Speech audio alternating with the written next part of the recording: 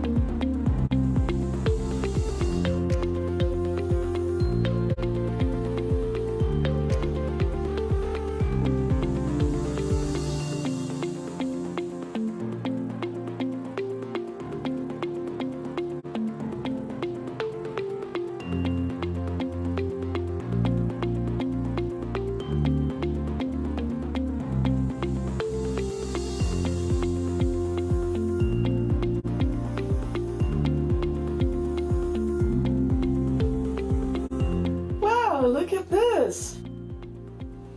Oh, it smells really good. I've tested this out actually earlier. It's really nice and soft.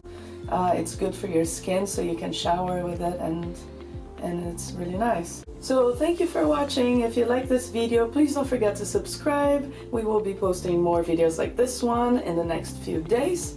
And I think these are really cool gifts, you know, for people that you care about, and friends, family, or even for yourself. It's special. You're creating something that is natural, smells really, really nice, and is good for your skin. So here you go.